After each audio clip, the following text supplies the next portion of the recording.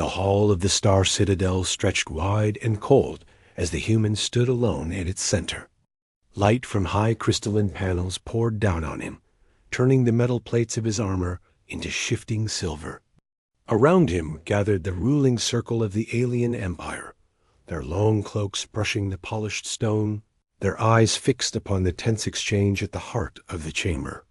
At the far end stood the Empress herself, tall, regal, and carved from the same fierce pride that defined her people.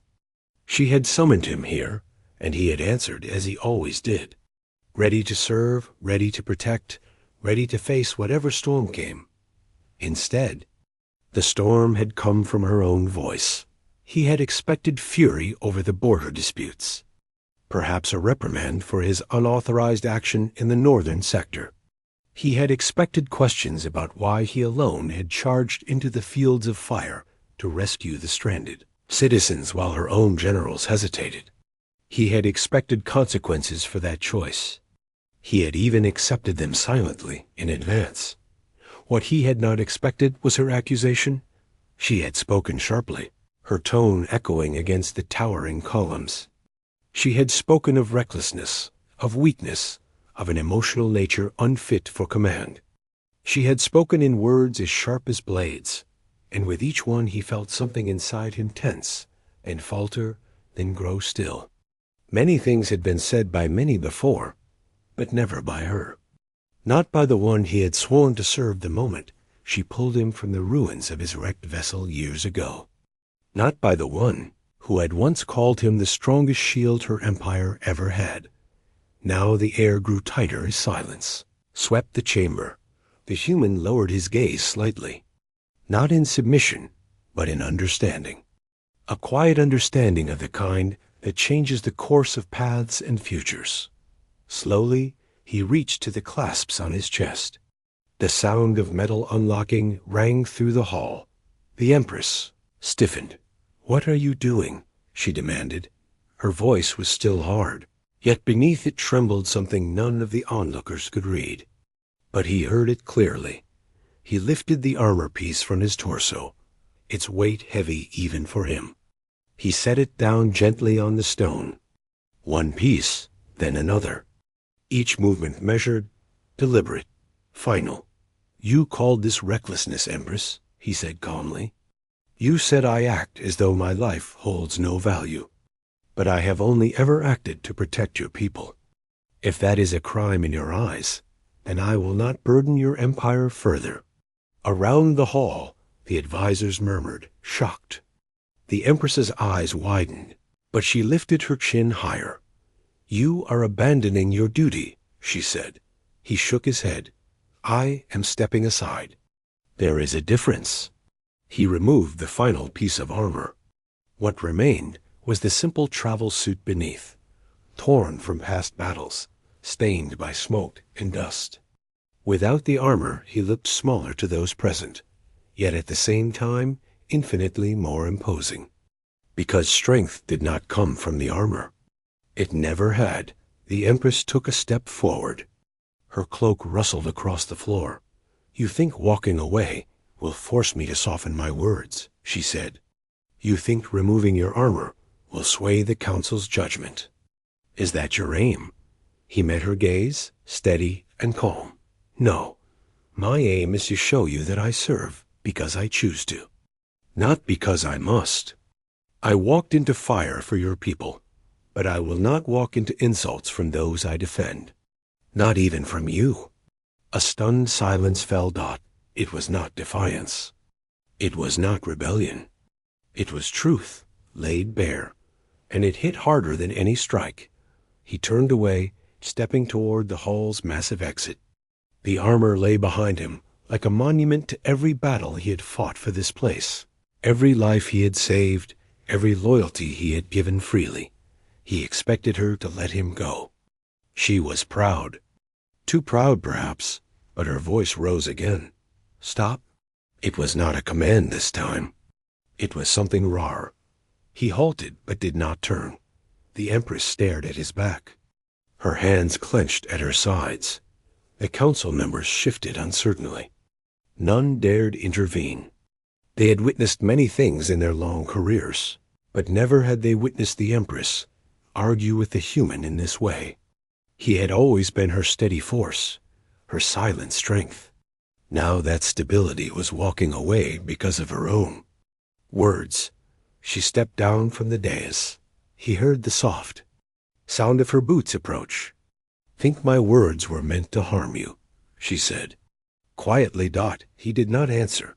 "You think I saw your actions as weakness." Still he remained silent. She stopped, a few paces behind him. "Accused you because I feared losing you." His shoulders tensed subtly. Her words were low, nearly a whisper, but clear in the still chamber. "You charged into the burning plains alone to save those trapped citizens. You crossed the line of artillery fire without a second thought. When you did not return for hours, I believed you had fallen. I believed I had sent you to your death." He listened. "I lashed out not because you were reckless, but because I was afraid. Afraid that your strength would one day cost your life. Afraid that the Empire would lose the one ally who never hesitated to act. Afraid that I would lose one of the few beings who ever spoke truth to me." Her voice trembled even as she fought to control it. "When you returned alive, I felt relieved. Then furious. Not at you, at the fear itself." Only now did he turn to face her. Her gaze locked onto his. "You misread my actions because I misused my words," she said. "For that, I owe you more than an apology." He studied her for a long moment. "You could have told me that," he said. "I know," she answered softly. "But pride ruled me. It should not have." He exhaled, the tension easing slightly. She stepped closer, her voice steadier now. "You do not walk away from duty. You walk away from disrespect. I understand that. But I ask you not to leave your place here. Not because the Empire needs you, though it does. Not because your strength alone has turned battles, though it has. But because there is no one else I trust as I trust you." His jaw tightened with conflict, the desire to remain warred with the sting of her earlier words. She sensed it. "Let me be clear," she said. "You are not reckless. You are brave. You are not weak. You are the strongest force this Empire has ever known. And your life does hold value, not because of what you can do, but because of who you are." Silence filled the space between them. Her next words came out quietly. "Do not walk away. Not like this." He looked down at the armor he had shed. It had been with him through years of conflict. He had carried it with pride. Now it rested on the floor like a question. He faced her again. "Words alone do not heal wounds," he said. "I know," she replied. "Then let my actions do so." She dropped to one knee. The council gasped. Advisors froze. No ruler in generations had knelt before anyone. But the Empress did, and she bowed her head. "You have earned respect that I failed to show. I give it now, not as an apology, but as truth. Rise if you choose to return. Walk away if you choose freedom. I will not force your loyalty. I will only ask for it." He stared at her, stunned by the weight of her gesture. When he finally spoke, his voice was quiet. "Stand, please." She rose slowly. Their eyes met again. His next words came with measured clarity. "I did not want to leave. I only wanted to know that what I gave mattered, that the lives saved mattered, that you saw what I was trying to protect." "I did see it," she said. "I simply failed to say it." He nodded once. "Then I will stay." Relief spread across her face before she masked it with practiced composure. He stepped back to his armor, lifting the chest piece. The hall watched in unbroken silence as he began to fasten each segment again. This time, the sound of metal locking felt like something rebuilt rather than something lost. Empress took her place beside him. "When the next crisis comes," she said, I will stand at your side instead of calling your strength a fault. And I will not charge in without telling you, he replied. A faint smile tugged at her mouth. Then, perhaps we will both live long enough to regret our earlier choices. He allowed himself a small smile in return. A bond. REFORGED.A